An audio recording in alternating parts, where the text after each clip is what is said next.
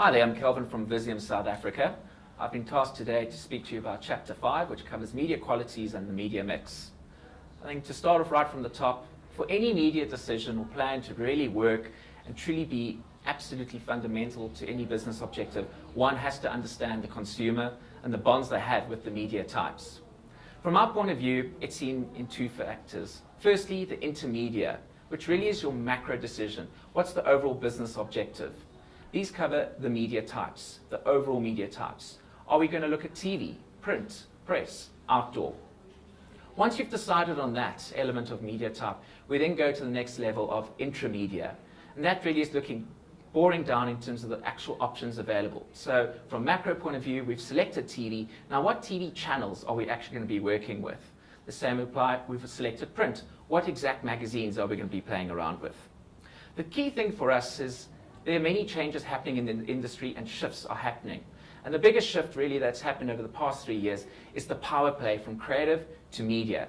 And that really has been driven by the amount of massive media budgets that are really pulling clients' decisions into making key media decisions. Not creative, key media decisions. So, what are the key points we've got to look at when planning and working on a media mix? And we've got to take into account the following topics. Firstly, you've got to look at the combination of numbers versus consumer behavior. Yes, from a bedrock, we've got to understand a certain amount of our market, what's the percentage of readership, of listenership, etc. But then we've got to overlay why are they actually interacting with that specific medium? What's their behavior? What's their relationship with that specific media? I'll go into a little bit more detail now.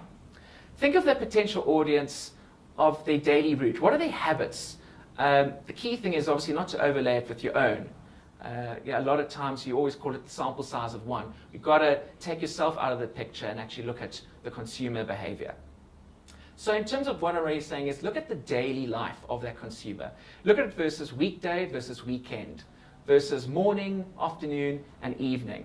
It gives an absolute fantastic input into the daily media patterns of your desired consumer set. Prime example, from what you've done this morning, listening to radio, reading the newspaper, to the afternoon, maybe going online, to the evening, watching TV. There are different habits happening throughout the day, as well as the reason they're interacting with that medium. So for example, in the morning, I'm listening to the radio. That's more information driven. Where for maybe at the end of the day, TV, it's more of a relaxation medium that one has to look at. The next point is, how do consumers choose the media that they consume along their daily path? And once again, it's overlaying that daily pathway. Weekday, weekend, midday to evening. Qualities of media, and what are the attributes towards it? As I've already said, when you're interacting with a certain medium, you have a different feeling. So TV could be about, I'm relaxing. It's more about enjoyment. Whereas for print, it's information heavy. Or do you actually want a specific response from that consumer? And that would have been derived straight out of your business objectives and strategy.